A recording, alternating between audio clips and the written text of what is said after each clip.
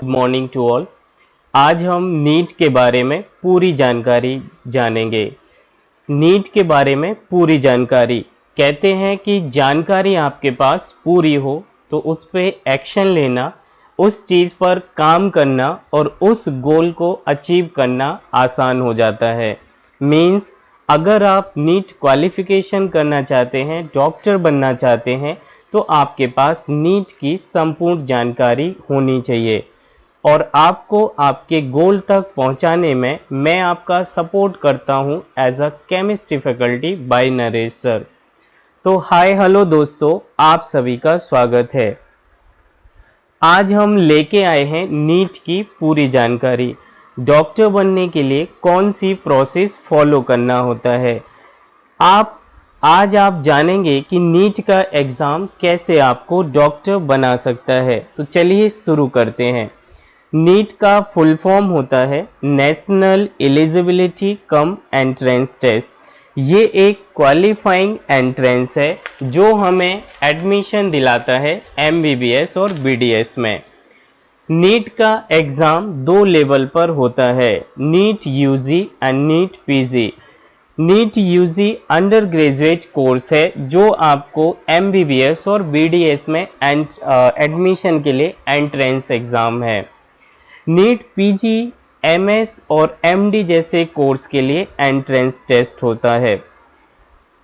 MBBS का full form है bachelor of medicine and bachelor of surgery. इस course का ड्यूरेशन लगभग 5.5 साल होता है, जिसमें 1 साल का इंटर्नशिप होता है। इंटर्नशिप पूरी होने के बाद आप अपना नाम एमसीआई में डॉक्टर के तौर पर रजिस्टर्ड करवा सकते हैं। तो ये था पूरा एमबीबीएस डिग्री क्या है उसके बारे में। लेकिन एमबीबीएस में जाने से पहले हमें किस चीज़ को क्लियर करना होता है, दैट इज़ नीट एग्ज़ाम। तो चलिए अब हम जानते हैं नीट के बारे में। नीट एग्ज़ाम हर साल इंडिया में होता है। इसमें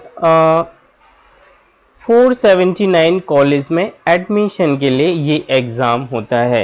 तो नीट की ज़रूरत हमें क्यों पड़ी? एक्चुअली मेडिकल कॉलेज तो पहले भी थे, मेडिकल कोर्सेज भी पहले थे, तो फिर क्यों हमें नीट एग्ज़ाम की ज़रूरत पड़ी?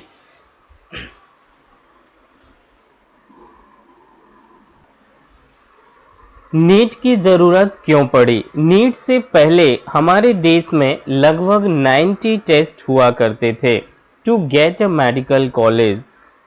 ऐसे में हर एक स्टूडेंट को कई सारे एग्ज़ाम देने पड़ते थे, जैसे सीपीएमटी, एआईपीएमटी, एम्स, जिपमर। इसी के साथ काफ़ी एग्ज़ामिनेशन फ़ी भी स्टूडेंट को देना पड़ता था। स्टूडेंट को स्टडी बर्डन के साथ साथ फिनेंशियल बर्डन भी रहता था। इसके बाद नीट आने से स्टूडेंट को काफ़ी फ़ायदा हुआ और ये एक अच्छी बात भी है। नीट एग्ज़ाम 3 आवर्स का एग्ज़ाम है। इसमें ऑब्जेक्टिव क्वेश्चन पेपर आता है जो कि ऑफलाइन होता है। नीट में फिज़िक्स, केमिस्ट्री और बायोलॉजी के क्वेश्चंस आते हैं। नीट एग्ज़ाम देने के लिए आप 12th पास आउट होने चाहिए पीसीबी से, फिज़िक्स, केमिस्ट्री और बायोलॉजी से, जिसमें आपके मिनिमम 50% मार्क्स 12th में होना चाहिए। इस एग्ज़ाम को देने के लिए आपकी एज मिनिमम 17 ईयर होनी चाहिए।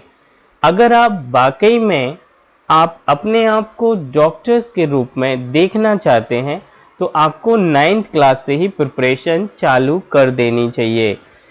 पेरेंट्स को भी इस बात पर विशेष ध्यान देना चाहिए सो दैट आप इजीली एग्ज़ाम क्वालिफाइड कर पाएँ और आपको syllabus as a burden feel ना हो।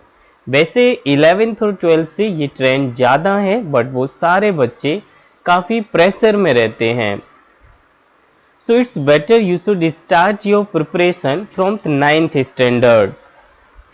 इसलिए आपको फिजिक्स, केमिस्ट्री और बायोलॉजी में अच्छे कॉन्सेप्ट क्लियर करने में हेल्प मिलती है फ्रॉम 9th क्लास। केमिस्ट्री में 180 आउट ऑफ 180 मार्क्स लाने के लिए नीट में आज से ही आप शुरू करें पढ़ना by Naresh sir. NEET clear करने के बाद आप जा सकते हैं टॉप मेडिकल कॉलेजेस में। टॉप मेडिकल कॉलेजेस में आप एडमिशन ले सकते हैं। कुछ टॉप मेडिकल कॉलेजेस के नाम मैं आपको बताता हूं।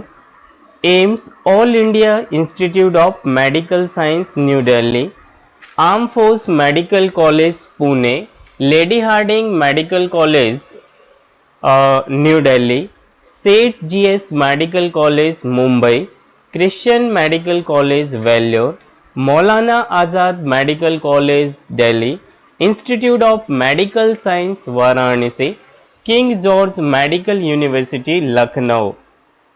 आफ्टर एमबीबीएस आप जॉब कर सकते हैं, as a career opportunity gain कर सकते हैं। और एमबीबीएस डिग्री होल्डर्स के कुछ टॉप रिक्रूटर्स के नाम जो आपको एज अ हेल्थ असिस्टेंट रख लेते हैं, जिसमें Fortis health care private limited, Medanta hospital, Apollo Munich health care industry limited, Sun pharmaceuticals industry limited, Lilavati hospitals and research centre, Shri Gangaram hospitals, Apollo hospital enterprises limited, Wockhardt pharmaceuticals limited, Religare health insurance company limited, Cipla pharmaceuticals limited and कई सारे और भी companies हैं जहां पर आप as a doctors, as a assistant professor काम कर सकते हैं। तो ये था नीट के बारे में जानकारी। नेक्स्ट लेक्चर में हम स्ट्रेटजीज और टाइम टेबल पे बात करेंगे।